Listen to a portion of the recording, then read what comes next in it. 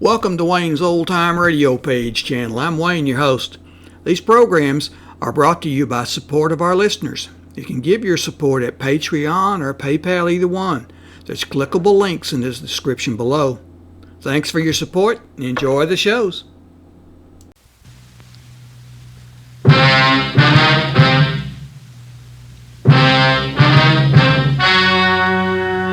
Ladies and gentlemen, the story you're about to hear is true. Only the names have been changed to protect the innocent. Fatima Cigarettes, best of long cigarettes, brings you Dragnet.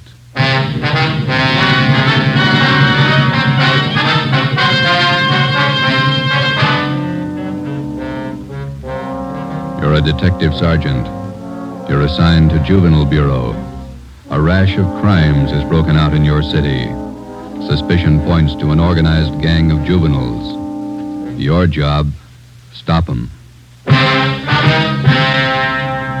If you want a long cigarette, smoke the best of long cigarettes. Smoke Fatima. It's the long cigarette that contains an essential ingredient of all the very popular cigarettes, Turkish tobacco. That's why you see the Turkish symbols on the attractive gold and yellow Fatima package.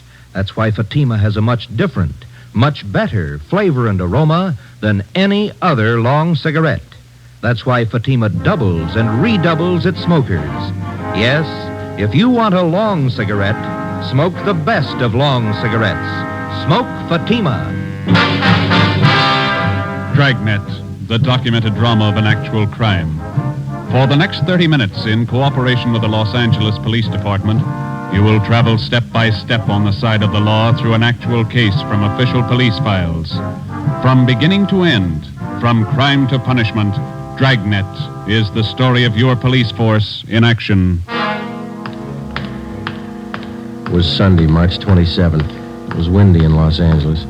We were working the night watch out of Georgia Street Juvenile Bureau. My partner's Ben Romero. The boss is Ed Backstrand, chief of detectives. My name's Friday. I was on the way up from the Juvenile Bureau, and it was 11:25 p.m. when I got to the receiving hospital, room 5, the treatment room. Everything happens on Sunday nights, huh, Joe? Yeah. How's the kid making out, Doc? The one arm is cut up badly. Nothing fatal, though. How'd it happen? That's what I'd like to find out. Can I talk to him? If you want, don't press him, though. He's had a bad shock. All right.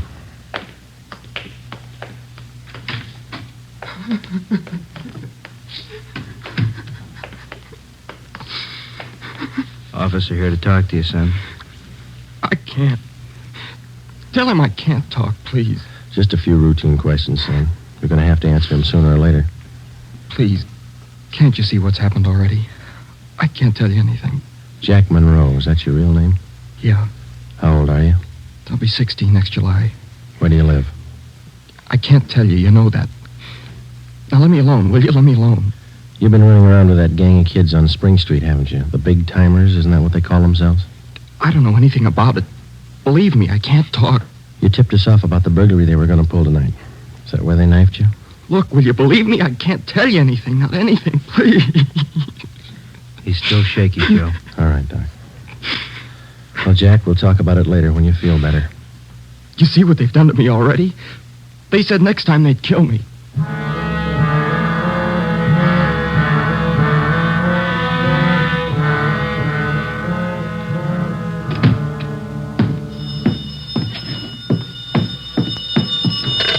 Juvenile Bureau, Friday. Yeah, okay, Fred. Goodbye. How'd you make out, Joe? Not very good, Ben. Captain Bowling come in yet? You checked in while you were gone. Wants to see us. Okay. The kid tell you who knifed him? No, I scared him good. He wouldn't tell me a thing. You get a line on the boy's parents, Friday? I got a hold of his father. He's on his way in. How's the boy? Bad knife wounds. Nothing fatal. You know the boy? Not till this afternoon, Captain. He tipped us off about a burglary a gang of young kids were supposed to pull tonight. Did it go through? No, but 2 hours ago, this Monroe kid was found in a vacant lot down on Olympic, cut up pretty bad. The gang must have pegged him. How long is it going to take you to break that up?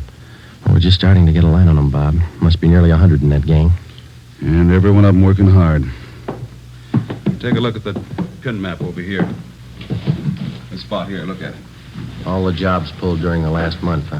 The last 5 weeks, up to date. Red tabs for burglary, must be more than 100. The robberies, green pens, count them, at least 50. There's 5 more orange ones I added for the weekend, auto thefts. You bet those kids are working hard. We got a lead on them. That's more than we had last week. You have to push it harder. Here's the big reason. This line of pins, brown and black. Purse snatchings. Purse snatching and rape, 26 of them in the past 5 weeks. They're pretty well concentrated in one area here. That's right. Now, what's the lead you're working on? It's right there on the pin map, Captain. Huh? Well, these 2 blocks here, Bob, where Franco Alley intersects Spring Street. Well, what about it? Well, it's the only clear area for a dozen blocks around. There's not a colored pin on it, you see? Yeah.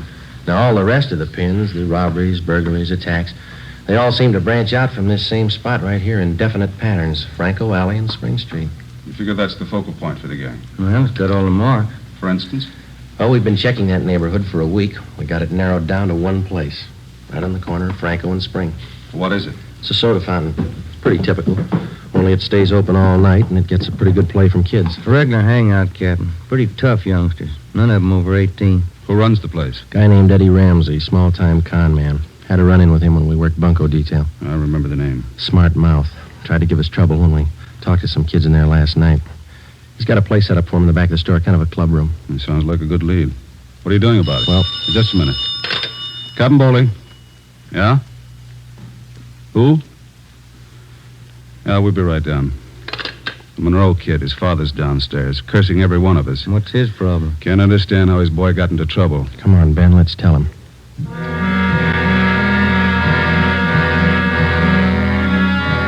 What kind of a city do we have when we can't allow our children out on the street without being stabbed or shot? What's our great police force doing when this is going on? I'd like an answer if you got one. I demand an answer. We got an answer for you, Mr. Monroe. Will you sit down? My boy's lying in there in that hospital bed, cut to pieces. What did you do to prevent it? Tell me. You tell us, Mr. Monroe. What'd you do to prevent it? I'm no cop. That's your job. I pay my taxes and I help pay your salary. We look out for your kids, but we don't raise them. That's What are you your talking job. about? Just a minute, Mr. Monroe. Answer me this. How old is your son, Jack? He's 16, I think. Why? You know what he does with his spare time? Where he spends his nights? Of course I do. He's at home. Some nights he goes to the library. Then you don't know much about your son, Mr. Monroe. For the past month, 4 nights out of 5, he's been hanging around with a gang down at a soda fountain on Spring Street. He's down there as late as 2 a.m. He says he goes to the library. How do I know? I'm a busy man. Did you know that your son is mixed up with that gang? He's not mixed up with a gang. A bunch of small-time thieves, but they're growing. They started with purse snatching, breaking in parked cars, burglarizing candy stores. You don't know what you're talking about. Wait a minute, please. And then they took up robbery, stealing cars, beating up girls, women, attacking them. You're crazy. Jack's not that kind. He's part of that gang, and right now we hold all of them responsible. My boy wouldn't do anything like that. He's a member of that gang, he told us. They're the ones that knifed him tonight. That's a lie. Jack's not mixed up with anything like that. You believe anything you want, Mr. Monroe. We're going to protect your boy as much as we can, but don't expect us to raise him for you. Now, you better take a free piece of advice. You keep your advice. Jack's not in this. You can't prove he is. We're not out to prove anything right now. But you catch up with that boy of yours. Keep him off the streets before it's too late. Are you threatening me? No, sir, advising you. Next time we might meet at the morgue.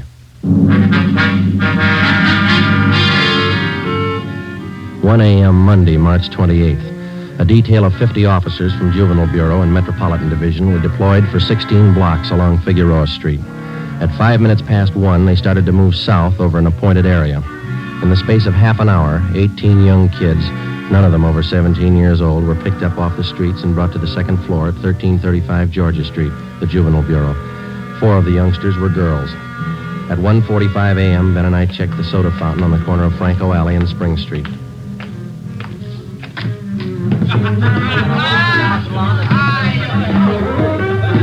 Same bunch, Joe. Business as usual. Yeah, come on. Hey, Teddy, the Bulls. They're back again. Same guys. Go back and tell Eddie. Hey, look, why do you guys have to keep tracking us, huh? You'd think we were crooks or something. You were here the last time we checked in, Teddy. You ever go home? Sure, when I'm tired. I ain't tired. What's the matter? That's your money on the table there? Sure, it's my money. You want to borrow a buck? $28. That's a lot of money for a boy your age. You keep pretty late hours, son. You have to go to school in the morning? Maybe. I can sit here, can't I? It's free country. I'm drinking coffee. You gonna make me on that? You've been drinking more than coffee. Where's your driver's license? Every time the same thing. There. March 10th, 1933, 16 years old. They giving you trouble, Ted? Eddie's on his way out. What's your name? Jones. Clyde Jones. What's that? Sure. He's got money, too. Rich family. You can save the smart talk, boys. Any of your pals in the back room? What's the trouble now, Sergeant? How many times a week do we get a checkup? Go ahead, Eddie. Read them off. We told you the last time, Ramsey. Clean up your place here or we'll ride your back till you do. I told you the last time, Sergeant, there's nothing wrong with my place. It's almost 2 o'clock in the morning. You got a dozen underage kids hanging around here doing nothing. Some of them have been drinking. Schoolboys. Better to have them in here than hanging around outside in the street. I keep an eye on them. You're not the guardian, Ramsey. This time of night, they've got no business in here or on the street alone. That's your opinion, huh? That's the law, Ramsey. Now, either you shut down that back room and keep these kids out of here late at night, or we'll go after your license. You don't scare me, Sergeant. You can't prove a thing. A couple of these kids have juvenile records. They're on probation. We can tag you for contributing. You still don't scare me. Now, why don't you leave the kids alone? That's right, Eddie. Read them off. Ben, get Benson and Bell. Roger. If you won't clean up your place, Ramsey, we'll do it for you. Yeah? What are you going to do? We're pulling these boys in, all of them.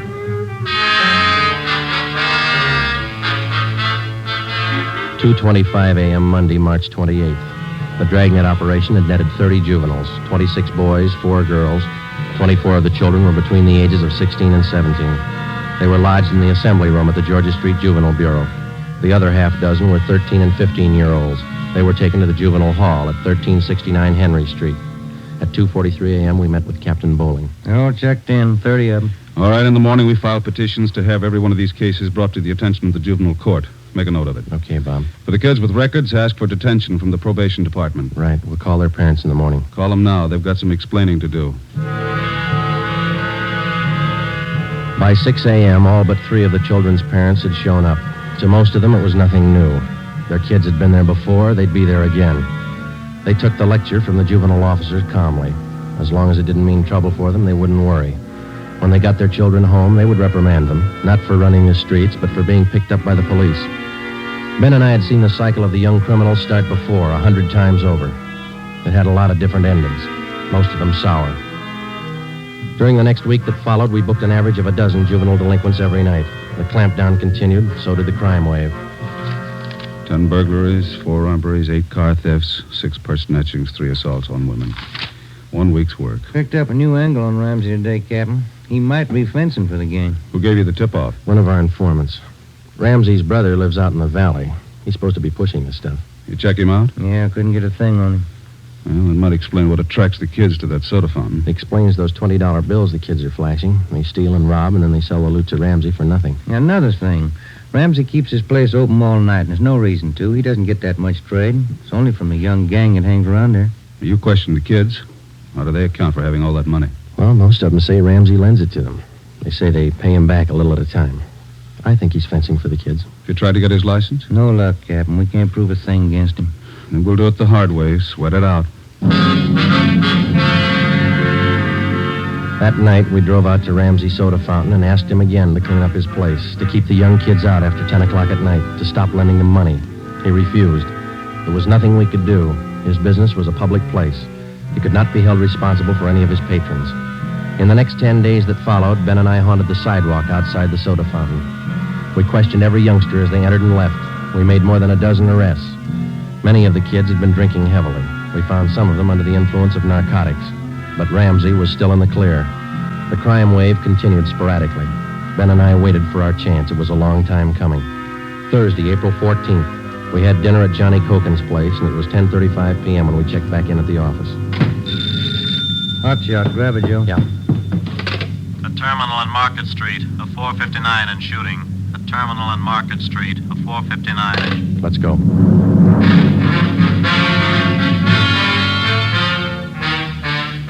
He was approximately 5 feet 4 inches tall, 125 pounds, brown hair, brown eyes, slight build, fair complexion. He was wearing blue jeans and a corduroy jacket. We found him between a row of packing cases at the rear of the warehouse at Terminal and Market Streets. There was a single bullet hole in his forehead just above the left eye.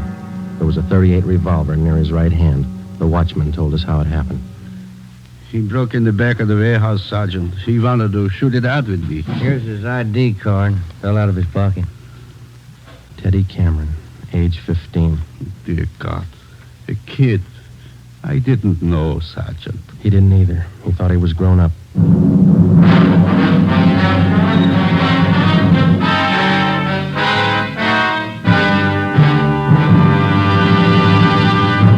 are listening to Dragnet for the solution to an actual case from official police files.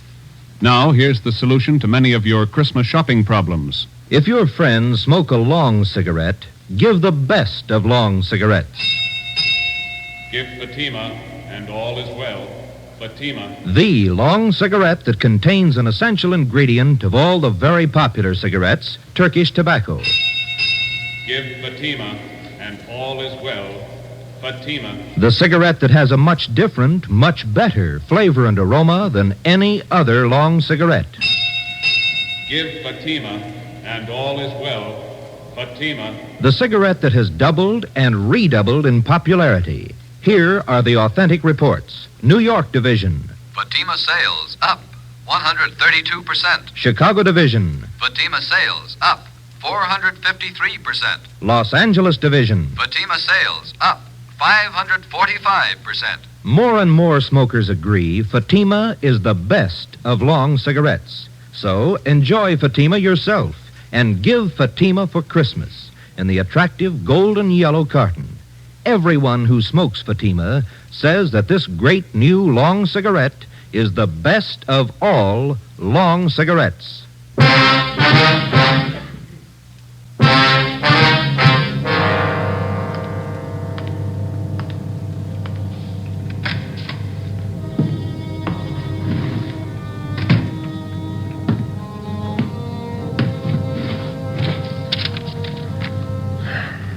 Los Angeles Police Department, Form 311, Dead Body Report.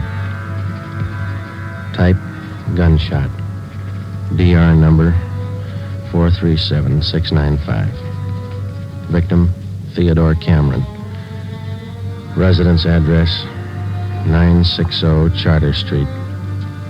Date and time of death, Thursday, April 14th, 10:35 p.m. Place, Terminal and Market Streets, South State Warehouse. Cause of death, gunshot. Motive or reason, attempted burglary. Time discovered, 10:40 p.m. Removed to County Morgue. Discovered by Carl Hyba, night watchman. Identified by Barbara Cameron, sister. Description of victim, male, Caucasian, age 15, height, weight, so-and-so, occupation, student, descent, English, and was a witness, signed Joe Friday, serial number 2288, age 15.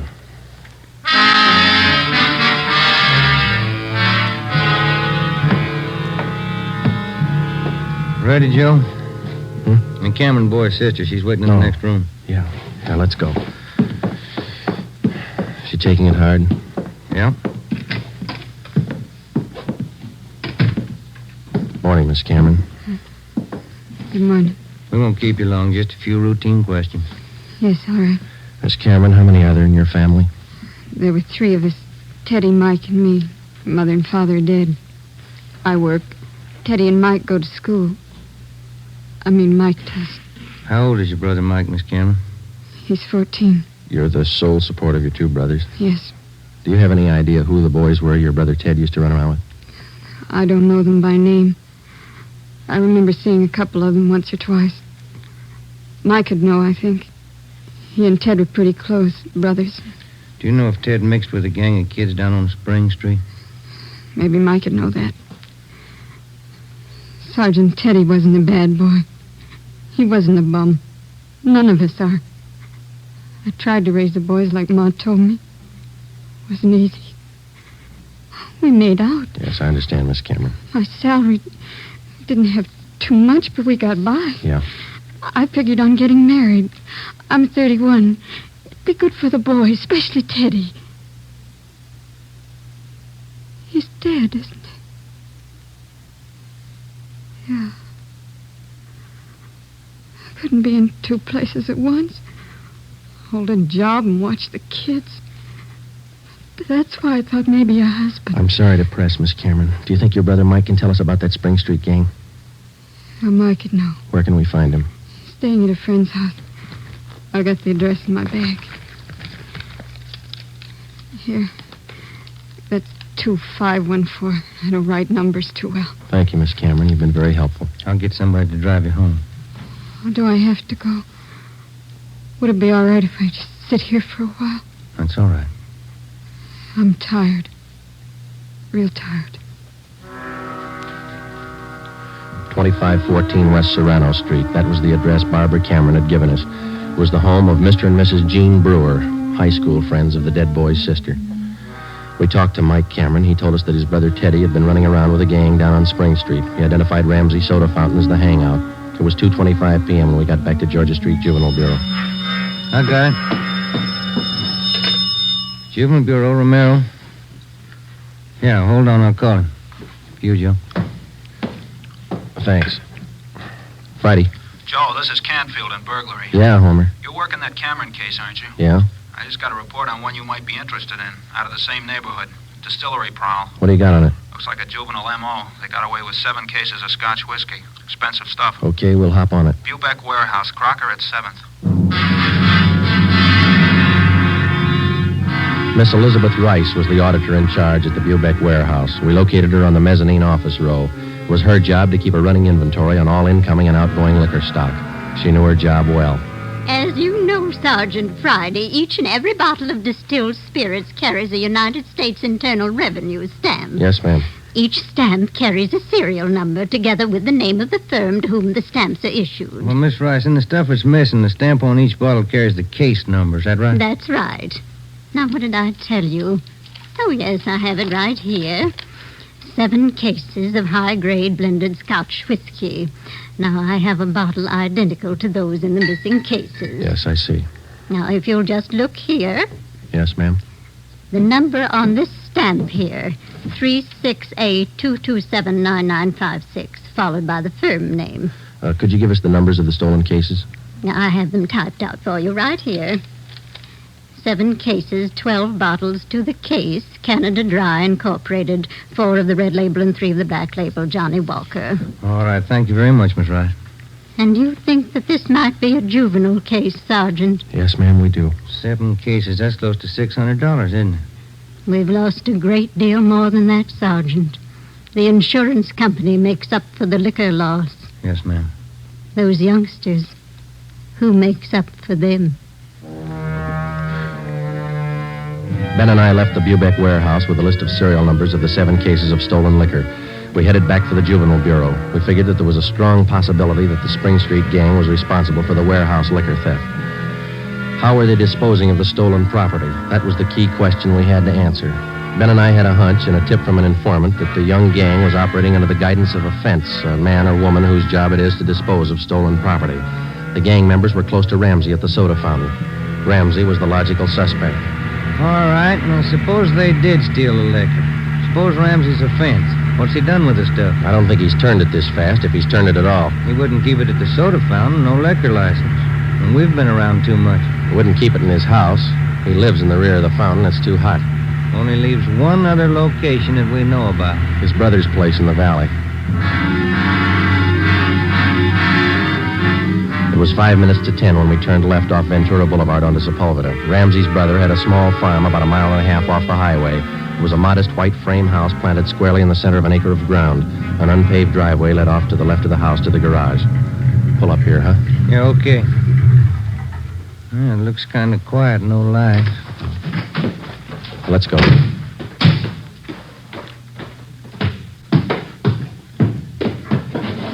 Mud sticks to everything. Now, where's the doorbell? Oh, here it is. You got your flashlight? Yeah, what? Here's a note somebody left. Oh, it's on the bum again. Here, I'll strike a match. Okay. Can you hold it a little closer? Can you read it? Yeah. Harry, wife and I have gone to the drive-in theater.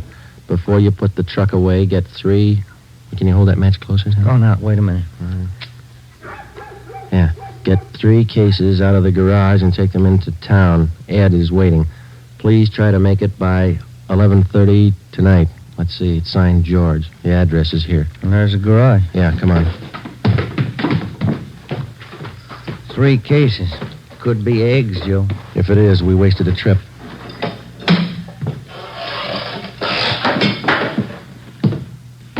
Oh, I'm out of matches, Joe. All right, here, use mine. What was that? Checking. Come on. See anything? No. There goes the light. Just a minute. I'll strike another one. You can save your matches. We found it. We found 5 cases of Scotch whiskey on the floor of the garage. We checked the serial numbers against the warehouse list. They matched. We went back to the car and called communications. We had an immediate stakeout placed on George Ramsey's place, and then we headed back for the city. It was 11:20 p.m. when we got to the address we found on the note. Oh, it's about time, Harry. Hello, Ramsey. We can do without the music. What's your problem this time? Hey, you're almost out of scotch, Ramsey. Serial numbers check out, Joe. Sorry I can't offer you a drink. We're too old to drink here, aren't we, Ramsey? Where's your phone? You want to invite somebody? You can see we're out of booze. You got a phone? In the hall. Ben, call the office. Yeah. All right, what's it all about? We've been out to your brother's place. What happened to the other 2 cases? You drink them here? I gave it to the kids. What are you looking at me like that for, Sergeant? Anything wrong, Eddie? Party's over, kid.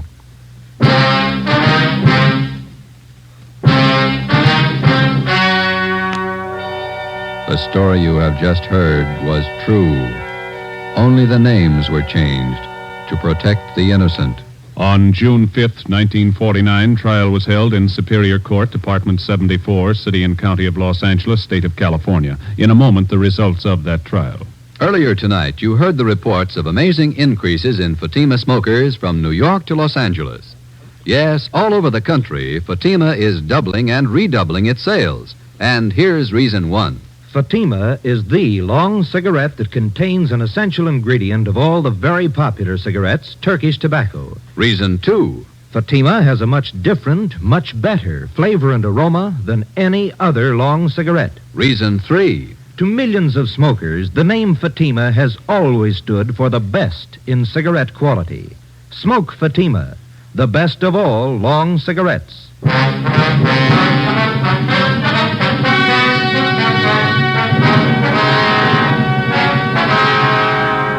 Edward and George Ramsey were tried and convicted in Superior Court of receiving stolen property. After serving their terms as prescribed by law in the state penitentiary, they will be returned to the county jail where they will serve a 1-year term for contributing to the delinquency of minors. You have just heard Dragnet, a new series of authentic cases from official files. Technical advice for Dragnet comes from the Office of Acting Chief of Police, W.A. Wharton, Los Angeles Police Department. Honoring the city of Greenwich, state of Connecticut, and the men who make up the Greenwich Police Department, another of America's great law enforcement agencies. One of these men, Chief John M. Gleason, FBI National Police Academy graduate, who dedicates his life to making yours more secure. Fatima Cigarettes, the best of long cigarettes, has brought you Dragnet from Los Angeles.